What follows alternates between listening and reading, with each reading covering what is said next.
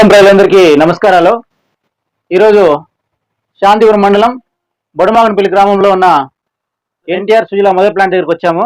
ముఖ్యంగా కుప్పం ప్రజలు ఆరోగ్యంగా ఉండాలని ఉద్దేశంతో ఆ రోజు ఎన్టీఆర్ ట్రస్ట్ ద్వారా కొన్ని కోట్ల రూపాయలు ఖర్చు చేసి కుప్పం నియోజకవర్గంలో మంచినీరు ఇవ్వాలనే ఉద్దేశంతో ఎన్టీఆర్ ట్రస్ట్ ద్వారా సుజల ప్లాంట్లు పెట్టారు. పెడితే ఆనాటి ప్రభుత్వం 2 రూపాయలకే మంచినీరు ఇవ్వాలనే ఉద్దేశంతో ప్రతి పంచాయతీ హెడ్ క్వార్టర్లో దీనికి సంబంధించి చిన్న చిన్న ప్లాంట్లు గ్రామాల్లో పెట్టి ఇక్కడి నుంచి వాటర్ అక్కడికి మినరల్ వాటర్ అక్కడ సప్లై చేసి 2 రూపాయలకి ఇచ్చేవాళ్ళు. ఈ ప్రభుత్వం వచ్చిన తర్వాత ఆ ప్లాంట్లోకి స్టిక్కర్లు వేశారు, రంగులు మార్చారు.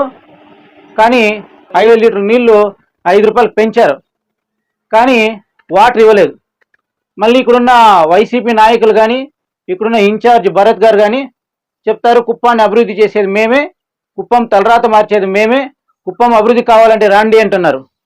ఆనాడు కుప్పం ప్రజల ఆరోగ్యం దృష్ట్యా నారా చంద్రబాబు నాయుడు గారు ఒక సదుద్దేశంతో మంచినీళ్ళు ప్రతి ఒక్కరికి అందించాలనే ఉద్దేశంతో పెట్టిన సుజల ప్లాంట్ని పేర్లు మార్చారు, రంగులు మార్చారు, స్టిక్కర్లు మార్చారు, రేటు 5 రూపాయలు పెంచారు.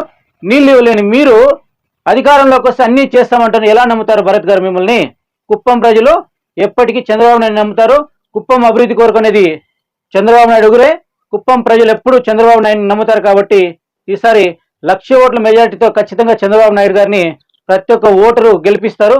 అదేవిధంగా ఒకప్పుడు ఈ సుజలా ప్లాంట్ అంటే గ్రీన్గా ఉండేది. ఇదే ట్యాంక్లో వాటర్ తీసుకొని మినరల్ చేసి ట్యాంకర్ల ద్వారా సప్లై చేసేవాళ్ళు. కానీ ఇప్పుడు ఎలా ఉందంటే మద్యం బాటిళ్ళు గలీజ్. మీరు ఎట్లుంది చూడండి. ఇలాంటి దుస్థితి తీసుకొచ్చింది మీ ప్రభుత్వం. అభివృద్ధి చేసి ప్రజల కోసం, ప్రజల ఆరోగ్యం దృష్ట్యా, ప్రజల అవసరం కోసం చేసిన ఆ ప్లాంట్కే మీరు న్యాయం చేయలేని మీరు రేపు అధికారంలోకి వస్తే కుప్పాన్ని అభివృద్ధి చేస్తామంటారు. ఉన్ని వాటిని కూల్ చేస్తా అన్నారు, భ్రష్టు పట్టిస్తున్న మీరు అధికారంలోకి వస్తే చేస్తారా? ఆలోచించండి కుప్పం ప్రజలారా. మీ ఓటు అభివృద్ధిగా, ఓడిపోయే వ్యక్తికో మీ ఇష్టం.